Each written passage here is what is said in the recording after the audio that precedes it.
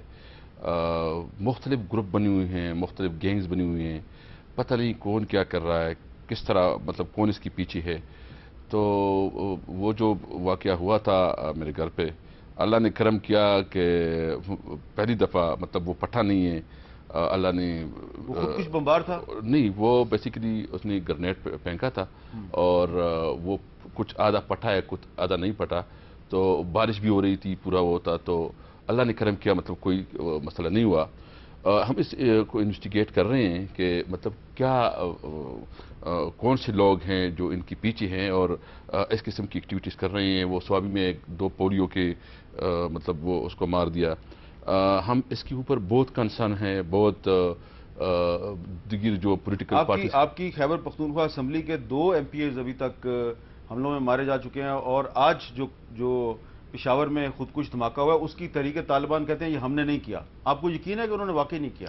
دیکھیے, میں یہ سمجھتا ہوں کہ اس وقت مجھے جو انفارمیشن ہے اس وقت 18 گروپس ہیں, بہت کافی مختلف, بلکہ طالبان کے 18 گروپ. جی ایسی بھی گروپس ہیں جو صرف اغوا برائے تاوان اور رنسم اور اس میں ملوث ہے, وہ بلیک میلنگ کے لیے بھی کچھ کر رہے ہیں. مطلب اس کا طالبان کا بھی اکاؤنٹ کھلا ہوا ہے, جو کچھ بھی کرتا ہے وہاں اس اکاؤنٹ میں بھی چلا جاتا ہے.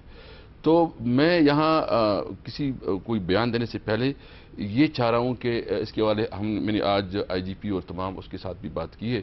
ہم وہاں اس کے لیے ایک پراپر انویسٹیگیشن کریں گے اور دیکھیں گے کہ کیا وجہ ہے, کون ہے, کیونکہ ابھی اس کا بیان بھی آیا ہے کہ ہم نے نہیں کیا ہے. اس کو ہم پراپر انویسٹیگیٹ کریں گے, اس کے بعد ہم کوئی بات کریں گے, کوئی مطلب پالیسی اسٹیٹمنٹ دیں گے.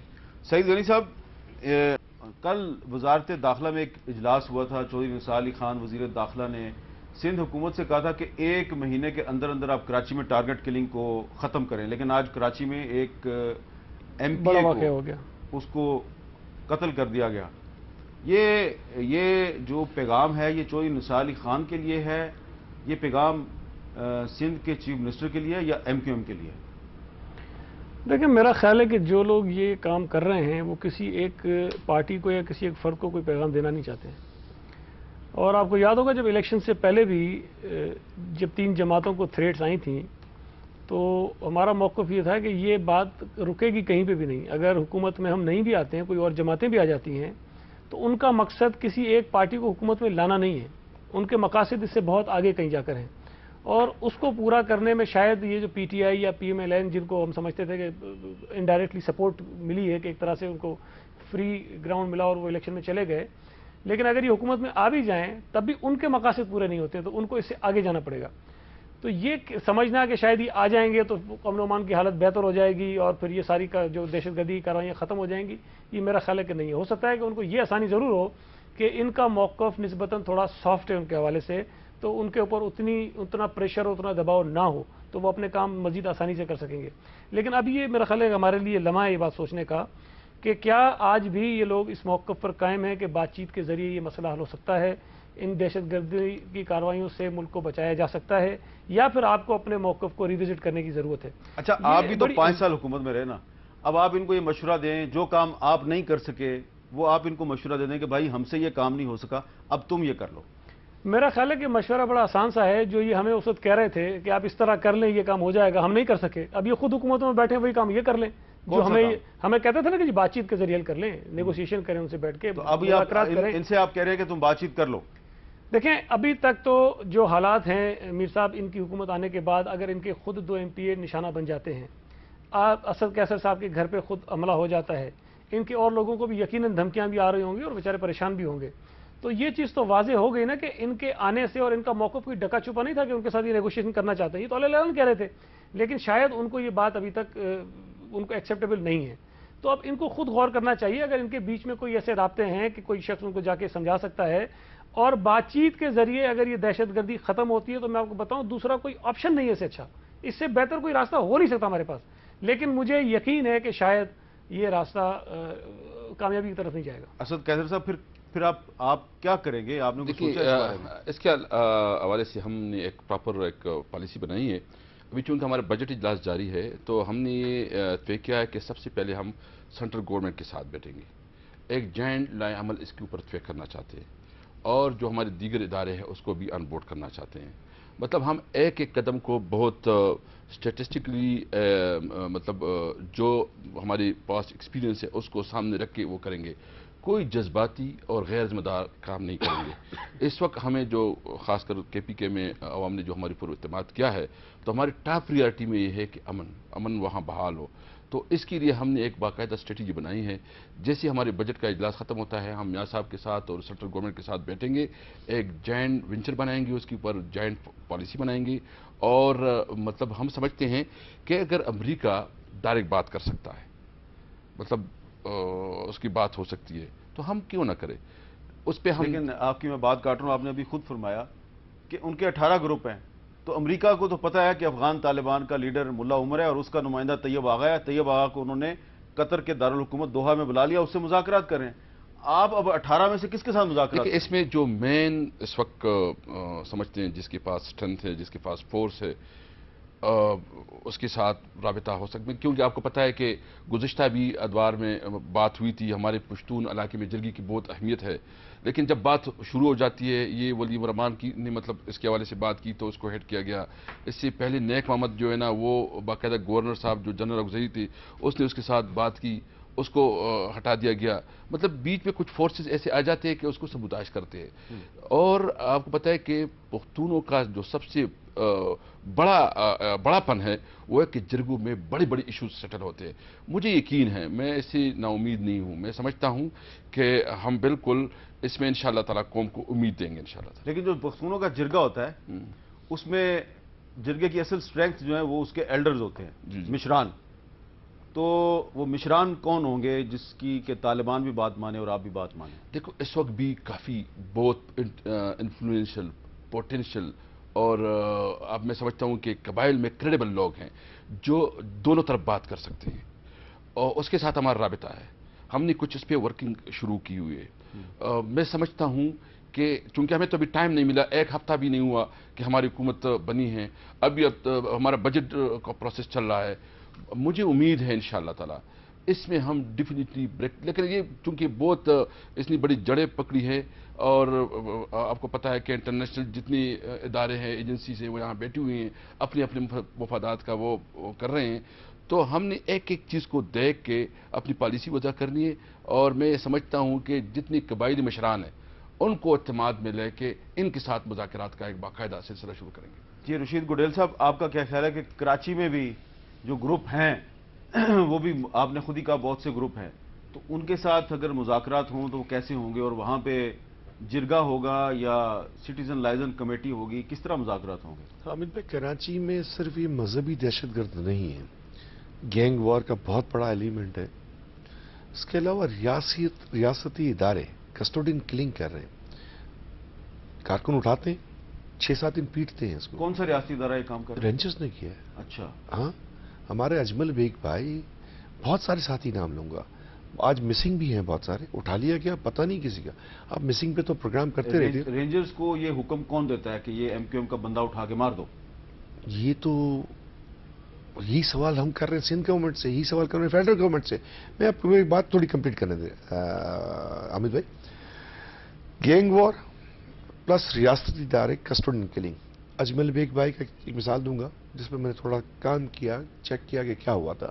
اس کو اٹھایا گیا، مسجد میں نماز پڑھ رہا تھا، اس کو وہیں سے اٹھایا گیا، کپڑا ڈال کے لے جایا گیا، 3-4 دن مارا گیا حامد بھائی، خون کی الٹیاں آ رہی تھی، تھانے میں بھیجا گیا، دوسرے دن کورٹ میں لے گئے، کورٹ نے جیل کسٹڈی کر دی، جیل کسٹڈی ہوئی، شام کو جیل پہ بھیجا، کسٹڈی کرائی گئی، اس ڈاکٹر نے اس میں لکھا ہے کہ وومیٹنگ ہو رہی ہے، اور اس کے بعد صبح کا ڈاکٹر آیا، اس کے بعد 6 دن رکھا اس کو، جب حالت غیر ہو گئی، سینٹرل جیل کے اندر کوئی فیسلٹی نہیں، خون کی الٹیاں ہو رہی ہوں، مجھے بتائیں حامد بھائی کہ قانون اس بات کی اجازت دیتا ہے کہ کسی کو اتنا مارا جائے؟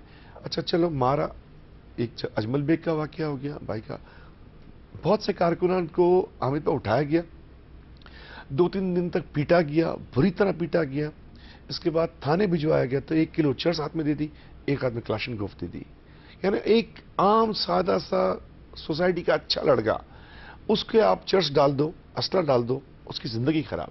سوسائٹی اس کو ایکسیپٹ نہیں کرے گی. یہ جو واقعہ ہے اجمل بیگ کا، جب یہ واقعہ ہوا تو اس وقت چیف منسٹر کون تھا؟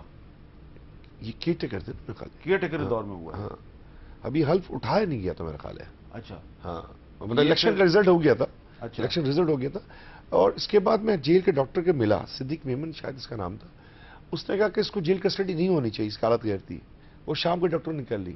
میں نے بولا ڈاکٹر صاحب صبح تو آپ آ گئے تھے. تو اس نے مجھے بولا میں کچھ نہیں کر سکتا تھا. 6 دن بعد اس کی حالت غیر ہوئی. اس پہ تو آپ کو ایک پروگرام کرنا چاہیے، آپ کو پوری رپورٹ ملے گی. ہم نے تو چیف جسٹس صاحب سے بھی اپیل کی ہے کہ خدا رہا ان واقعات کا نوٹس لیں. اگر کسی سوسائٹی کے بچے کو چرس ڈال کے نشئی بنا کے مطلب شو کر کے کیا سوسائٹی ایکسیپٹ کرے گی؟ وہ کرمنل بنے گا سوسائٹی کا.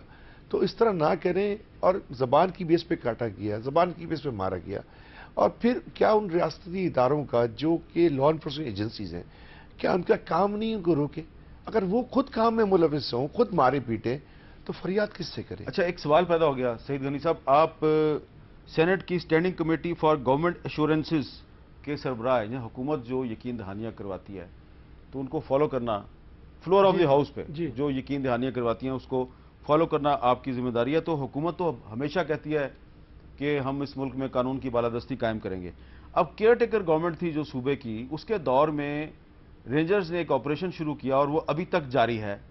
اور بقول رشید گڈیل صاحب کے کہ ان کے کارکنوں کو کیئر ٹیکر گورنمنٹ کے دور سے رینجرز نے مارنا شروع کیا. اور آج ایک ایم کیو ایم کے ایم پی اے کے قتل کی ذمہ داری تحریک طالبان نے قبول کر لی. تو کیئر ٹیکر گورنمنٹ اور تحریک طالبان ان کا کیا تعلق ہے آپس میں؟ میرا خیال ہے بظاہر تو مجھے کوئی تعلق ایسا نظر نہیں آتا. چینج نہیں ہوا. اچھا نہیں، واقعات جو ہیں جو آج بھی ہو رہے ہیں، اس سے تو یہی لگتا ہے پتا کہ دونوں کا جو ہے نا کنیکشن کسی ایک ہی جگہ پہ ہے. میں عرض کروں، دیکھیں ایک تو جو میری کمیٹی ہے اس کا دائرہ بڑا محدود ہے، لیکن بہرحال جو چیزیں سامنے آئیں گی اس کو ہم ٹیک اپ کر سکتے ہیں.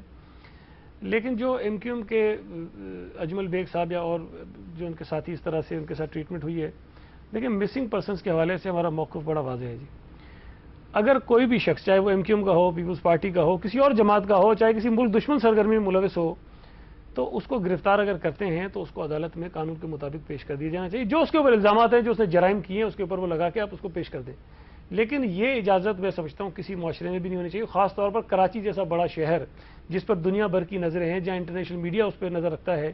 وہاں اگر اس قسم کے واقعات ہوں گے تو اس سے ملک کی کوئی بدنامی ہوگی، اس کے سوا اور کچھ نہیں ہو سکتا ہے. تو یہ ایشوز ان کے بالکل سیریس ہیں اور ان کے گریوینسز بڑے سیریس ہیں. اس کو ٹیک اپ کیا جانا چاہیے. میں خود بھی بات کروں گا سندھ گورنمنٹ سے، حالانکہ ایم کیو ایم کے دوست بھی کئی رابطے میں ہوتے ہیں، لیکن میں اپنے طور پر بھی کروں گا کہ یہ کم از کم جو چیزیں ہو رہی ہیں، اگر ایم کیو ایم کے لوگوں کے اوپر کیسز ہیں، اگر وہ وانٹڈ ہیں، اگر ادارے سمجھتے ہیں کہ یہ کسی جرم میں ملوث ہے، تو ان کو گرفتار کر کے جو طریقہ کار ہوتا ہے اس کے مطابق عدالتوں میں پیش کیا جانا چاہیے. ان کے اوپر وہ کیسز چلنے چاہیے. یہ زیادتی ہے اور یہ میں سمجھتا ہوں کسی کے ساتھ بھی نہیں چاہیے. جتنے کارکنوں اٹھائے گئے، جتنے کارکنوں اس میں کوئی کیسز نہیں تھے. میں کلیئر کرتا ہوں. نہیں، میں کہہ رہا ہوں اگر ہے تو میں کوئی کیسز نہیں اگر ہے تو ایک ہمارے کارکن تھا سوسائٹی سیکٹر کا رضوان بھائی، اس کو اٹھایا گیا. 6 دن تک ہم پوچھتے رہے کہ بھائی آپ نے اٹھایا کون سے اسٹیشن پہ؟ ہمارے پاس نہیں، ہمارے پاس نہیں، ہمارے پاس نہیں. 6 دن بعد اس کو تھانے میں، تھانہ آرٹری تھانے میں بھیجا گیا. اور حامد بھائی کو سن کے حیرت ہوگی، اس انوسنٹ لڑکے پہ 45 قتل کے مقدمہ ڈالے گئے. 45 زندگی خراب اس کی. تم معاشرے کے کرمنل کیوں بنا رہے ہو؟ کیا ایجنڈا ہے اور کیوں کر رہے ہو کراچی؟ اچھا یہ جو آج اور سنوائی بھی نہیں ہو رہی حامد بھائی. نہ ہائی کورٹ کے سامنے ہم نے مظاہرہ کیا، دھرنا دیا اور اپیل کی ہم نے ہائی کورٹ سے. ہم نے سپریم کورٹ کے بارے بھی آپ نے لوگوں کی ٹی وی نے کور کیا، آپ کے چینل سے کور کیا. سنوائی نہیں ہو رہی جی، سنوائی نہیں ہو رہی. جی رشید گڈیل صاحب کہہ رہے ہیں کہ کراچی میں ان کے کارکنوں کو قتل کیا جا رہا ہے. آج ان کا ایک ایم پی اے شہید کر دیا گیا. ان کی سنوائی نہیں ہو رہی. ایک وقفے کے بعد اپنی گفتگو کو جاری رکھیں گے.